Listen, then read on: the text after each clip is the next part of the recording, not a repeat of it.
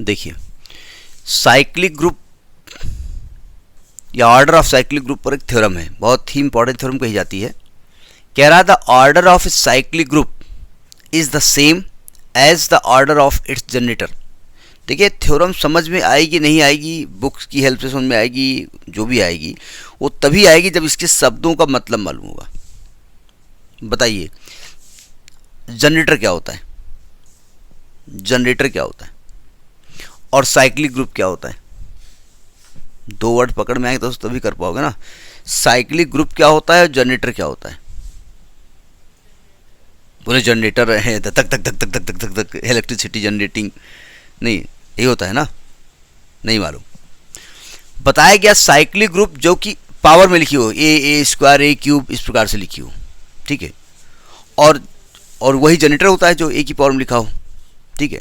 मतलब एक ऐसा एलिमेंट जिसकी पावर बढ़ाते जाओ और उस ग्रुप के उस सेट के एलिमेंट मिलते जाएं, उसी को जनरेटर कहते हैं ना।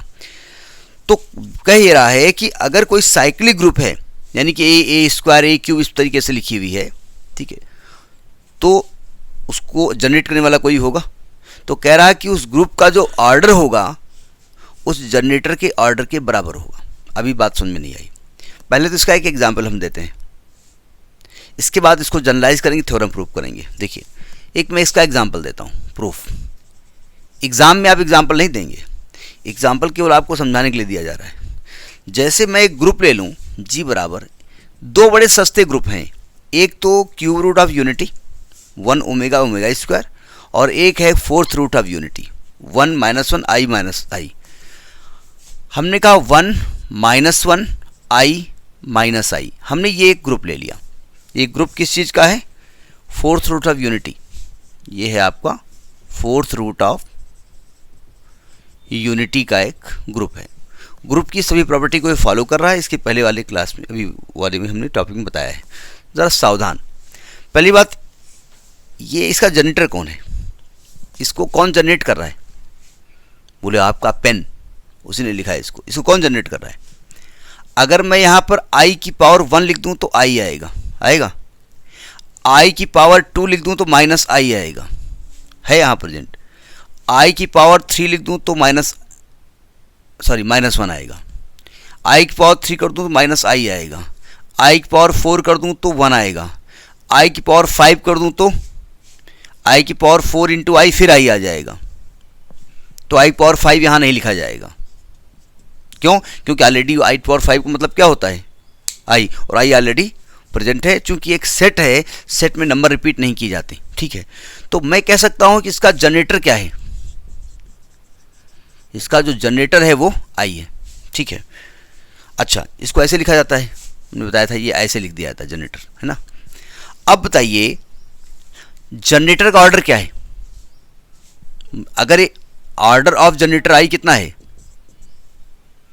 4 है। क्यों? ऑर्डर का मतलब क्या होता है? जितने एलिमेंट्स होते हैं। Order of generator, order of i क्या है यहाँ पर? भूल गए आप? अभी 5 मिनट पहले बताया हमने। क्यों 4 है? जी हाँ, चूंकि i की पावर पहली जो है 4 वो आपको 1 दे रही है। 1 बोले तो आइडेंटिटी एलिमेंट, तो इसका ऑर्डर हो गया 4। अच्छा, ये साइक्लिक ग्रुप है चूंकि i की पावर में लिखा हुआ है ये, ठीक है। इस साइक्लिक ग्रुप का ऑर्डर क्या है? जितने एलिमेंट इसमें हैं, कितने एलिमेंट हैं इसमें? एलिमेंट 8 पावर 5 भी हो सकते हैं, 6 भी हो सकते हैं, 7 भी हो सकते हैं, 8 भी हो सकते हैं, और बहुत सारे हो सकते हैं, पूरे खानदान के 8 पावर यहाँ से लेके लंदन तक। लेकिन जब इनको सॉल्व करोगे ना तो यही एलिमेंट रिपीट होंगे बार बार, इसलिए हम इन एलिमेंट को यहाँ पर नहीं लिखते हैं, ठीक है। अब बताइए, ऑर्डर ऑफ जनरेटर और ऑर्डर ऑफ ग्रुप सेम है कि नहीं है? यही थ्योरम प्रूव करनी है। जो जनरेटर का ऑर्डर है, जो ग्रुप का ऑर्डर है, वो सेम होगा साइक्लिक के केस में, ठीक है। तो ये थ्योरम को प्रूव करना है। यानी ये तो हमने एक एग्जांपल लेकर के समझाने की कोशिश की है कि ये इसमें क्या करना है। अब देखिए, now we generalize the theorem करने जा रहे हैं। सावधान, थोड़ा टेक्निकल थ्योरम है और थोड़ा लॉजिकल थ्योरम है। ये रब कर दें। अच्छा, थ्योरम लिखी रहने दो।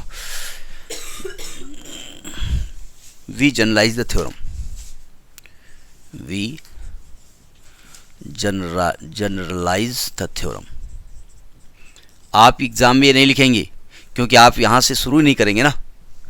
अब देखो यहाँ पर दो केस लेंगे, एक में केस ये लेंगे कि जब ऑर्डर फाइनाइट हो, और एक में केस ये लेंगे जब ऑर्डर इनफाइनाइट हो। टेक्निकल प्रूफ है, ध्यान से करिएगा, एक आध चीज़ें याद भी करनी पड़ेगी। यानी हमने मान लिया कि लेट ऑर्डर ऑफ ए, यानी ए बोले तो एलिमेंट इज फाइनाइट, यानी कि इस ग्रुप में एक एलिमेंट ए है और उसका ऑर्डर फाइनाइट है, ठीक है। Order of a is finite से एन, यानी ऑर्डर ऑफ ए हमने क्या मान लिया है, एन, और एन कैसा नंबर है, फाइनाइट नंबर है, फाइनाइट नंबर है मान लेते हैं। इसका मतलब क्या है, इसका ऑर्डर ऑफ ए एन का मतलब मैं क्या कहना चाहता हूँ, मतलब मैं कहना चाहता हूँ कि ए की पावर एन की वैल्यू किसके इक्वल होगी, ई के इक्वल होगी, ठीक है।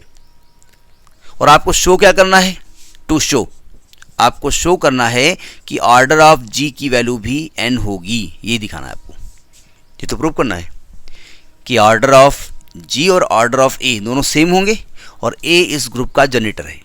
इसका मतलब ये हुआ कि जो ग्रुप है ना वो इस प्रकार से लिखा जाएगा, ए स्क्वायर ए क्यूब, इस प्रकार से होगा, ठीक है। अब जरा इसको शो करने हम जा रहे हैं, इसको रब कर दें, अब ये दिमाग में रहेगा, लिखा हुआ है। अब देखो ध्यान से, हमने कहा कि let G be a cyclic group and a is its generator, इसका जनरेटर जो है ये ए है। इसका मतलब ये हुआ कि जी कुछ इस प्रकार से लिखा होगा, ए लिखा होगा, ए स्क्वायर लिखा होगा, ए क्यूब लिखा होगा, ए की पावर एन लिखा होगा, और ए की पावर एन की वैल्यू क्या है, ई है, पर आप बता चुके हैं ए की पावर एन ई है। अब आपको दिखाना क्या है, आपको दिखाना है टू शो, आपको ये शो करना पड़ेगा कि G has an distinct element, आपको ये दिखाना है कि G के पास n डिस्टिंक्ट एलिमेंट है। सेट में रिपीटेशन नहीं चलता है, यानी इसमें जितने भी एलिमेंट लिखे हैं वो अलग अलग हैं, ठीक है। आपको यही यहाँ पर शो करना है, ज़रा समझिए कैसे शो करेंगे। हमने कहा कि for all x belonging to G implies a to power, या x is equal to a to power m लिख सकते हैं क्या, मतलब जितने भी x बोले तो एनी एलिमेंट, जितने भी एलिमेंट G में हैं वो कुछ इस तरीके से लिखे जाएंगे, नहीं लिखे जाएंगे, जहां पर m क्या है, where m is integer, m यहां पर क्या है, इंटीजर है। अब जरा समझने की कोशिश करिए, m n भी हो सकता है और नहीं भी हो सकता, m n से बड़ा भी हो सकता है। अब यही तो दिखाना कि n ही एलिमेंट इसमें है। देखिएगा अब इसको दिखाया कैसे जाए, ये कह रहे हैं ऐसा करो, m को n से डिवाइड करो, तो मान लेते हैं q बार जाता है और यहाँ रिमाइंडर क्या बचता है, r बचता है। तो आपका एक डिवीजन एल्गोरिथम है, बाय डिवीजन एल्गोरिथम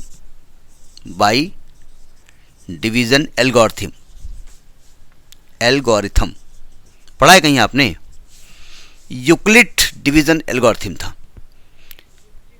यूक्लिड नहीं है, यूक्लिड है, धन्य हो, यूक्लिड बता रही हैं, यूक्लिड है, हमने नाम जानबूझ के नहीं लिखा है। डिवीजन एल्गोरिथम क्या कहता है कि this into this plus this is equal to m, m is equal to n q plus r होता है। ये डिवीजन एल्गोरिथम हम नाम कठिन सा ले लिया अलग की बात है, वरना बचपन में जब डिवाइड करते थे 7 को 2 से डिवाइड करते थे, 3 बार जाता था और 6 और रिमाइंडर 1 आता था, तो इसको वेरीफाई किया जाता था कि 3 का 2 से मल्टीप्लाई कर दो और 1 प्लस कर दो तो 7 आ जाएगा, ठीक है। ये यूक्लिड एल्गोरिथम होती है। और यूक्लिड कहते हैं देखो r की वैल्यू क्या हो सकती है, r या तो 0 हो सकता है या n नहीं हो सकता, n से छोटा होगा। भाई अगर n हो जाएगा तो कट नहीं जाएगा ये। भाई जैसे आपने 3 से डिवाइड किया 19 को, ठीक है, 3 6 18, 1 आ गया। 3 से डिवाइड किया 18 को, 3 6 18, 0 आ गया। 3 से डिवाइड किया 20 को, 3 6 18, 2 आ गया। 3 से डिवाइड किया 21 को, 3 7 21, 0 आ गया। अगर 3 से आप डिवाइड कर रहे हो किसी भी नंबर को तो या तो 0 आएगा रिमाइंडर, या तो 1 आएगा रिमाइंडर, या तो 2 आएगा रिमाइंडर। रिमाइंडर 3 नहीं आ सकता, क्योंकि 3 आएगा तो कट नहीं जाएगा, बोले आ सकता है। कैसे? बोले 21 को 3 से डिवाइड करेंगे तो 3 6 18, रिमाइंडर कितना आ गया? अरे भाई लोग, तुम्हारी बात कर रहे हैं, लोग करते हैं भाई। ग्रेजुएशन का student 2 - 2 divided by 2 into 2 of 2 करके नहीं सॉल्व कर पाता हूँ, क्योंकि जब उसके हाई स्कूल में 33 नंबर आते हैं तो वो अब कहता है जाकर के स्कूल में, उनके फादर कहते हैं जाकर के कि भैया का पर इनकी मौसी बहुत बीमार रहे, पढ़ ही नहीं पाए और इंटर में जी 100 मैथ दे दो एक, तो इसलिए बताना पड़ता है। खैर, यानी कि हम कहना क्या चाहते हैं कि अगर आपने n से इसको डिवाइड किया है, m को, रिमाइंडर r आया है, तो हियर r की वैल्यू क्या होगी? r की value greater r equal to 0 and less than n होगी। मैंने n से बड़ी नहीं हो सकती है, लेस देन n कहो या less r equal to n - 1 कहो, जो भी आप कहो, लेस देन n बोला है हमने, ठीक है। यानी कि x बराबर a की पावर m को क्या लिख सकते हैं? nq प्लस r लिख सकते हैं। इसको हम a to power nq into a to power r लिख सकते हैं। इसको हम a टू पावर n की पावर q, ये a है भैया, a की सेहत तो q की सेहत एक जैसी ना हो जाए, into a to power r लिख सकते हैं। a टू पावर n की पावर q, हाँ q एक्चुअली q छोटा हो जाता है तो a बन जाता है, q बड़ा, a बड़ा हो जाता है तो q बन जाता है।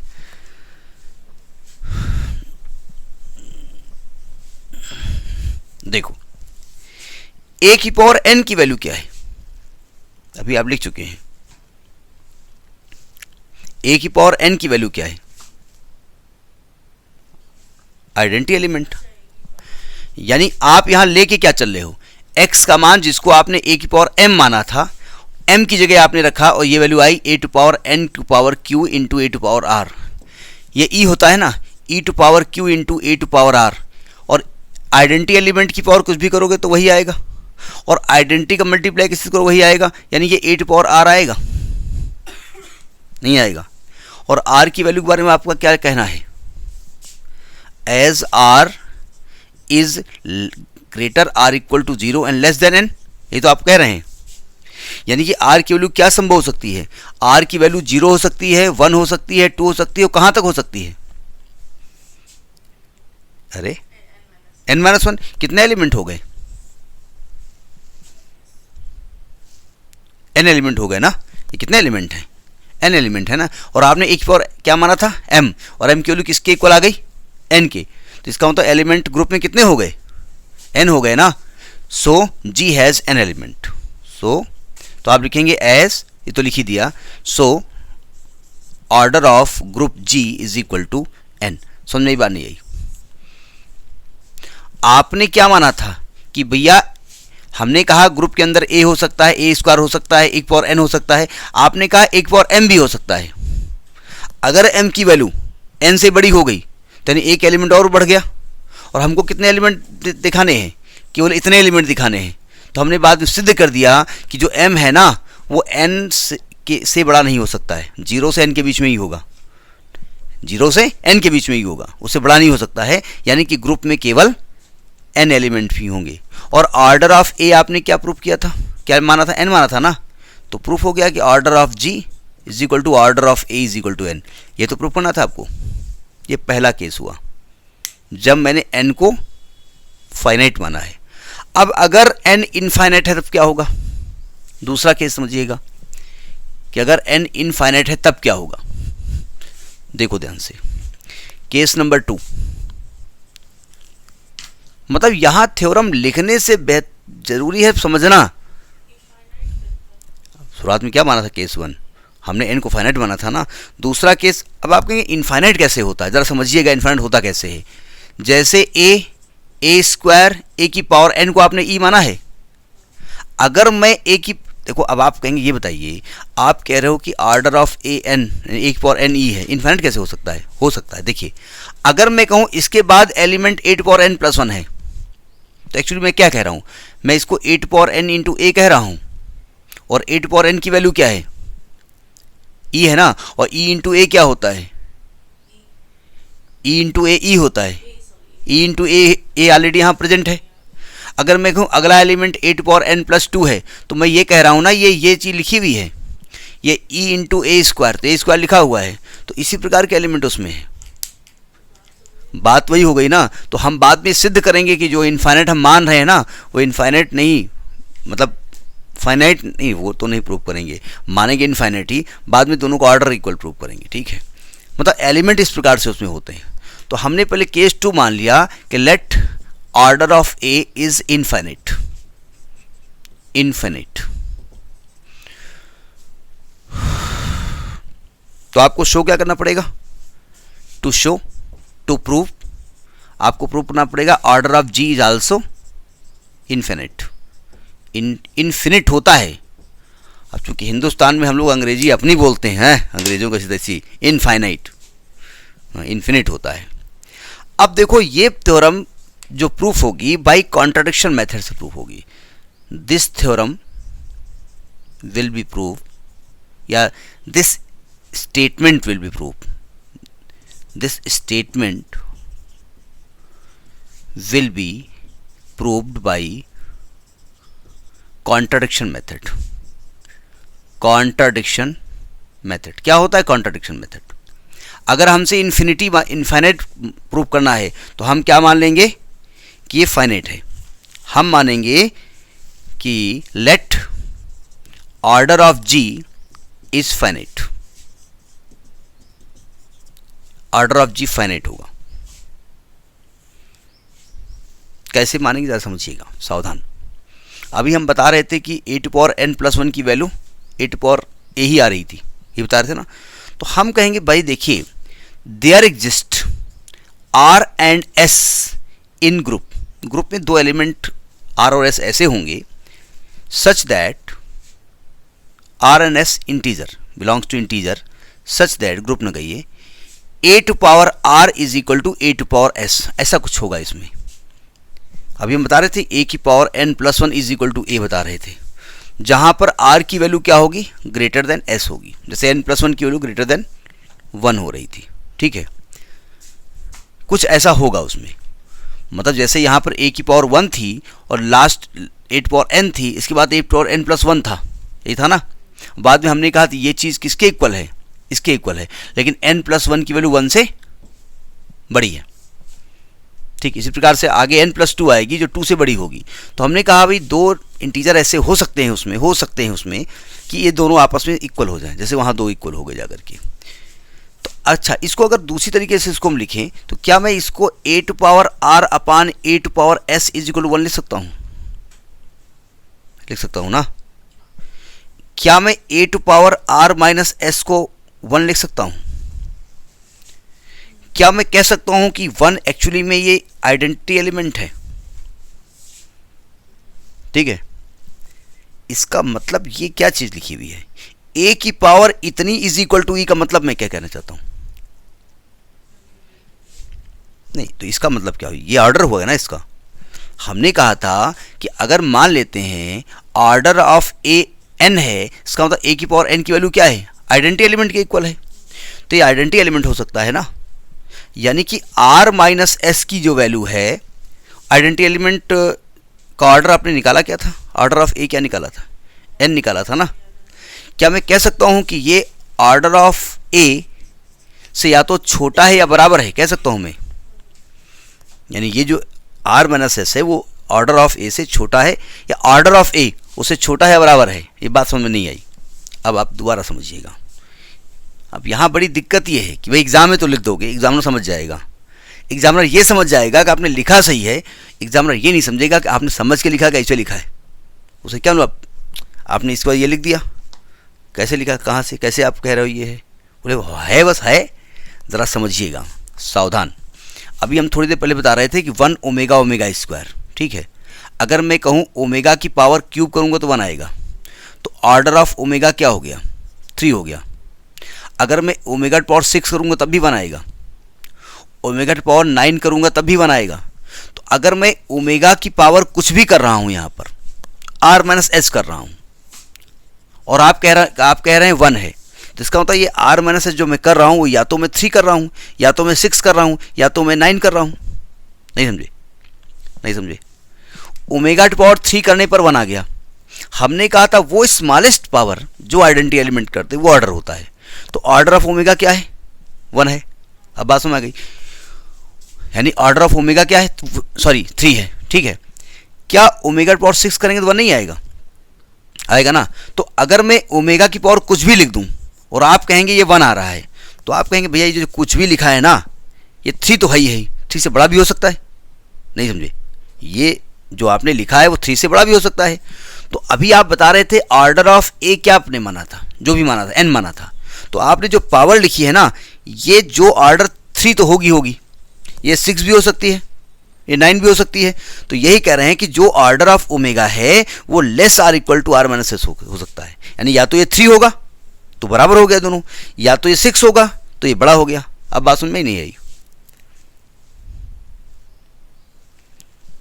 अब देखिए, जब order of A R minus S से छोटा है या बराबर है, इससे बड़ा तो हो नहीं सकता है, तो इन्फिनिट कैसे हो सकता है?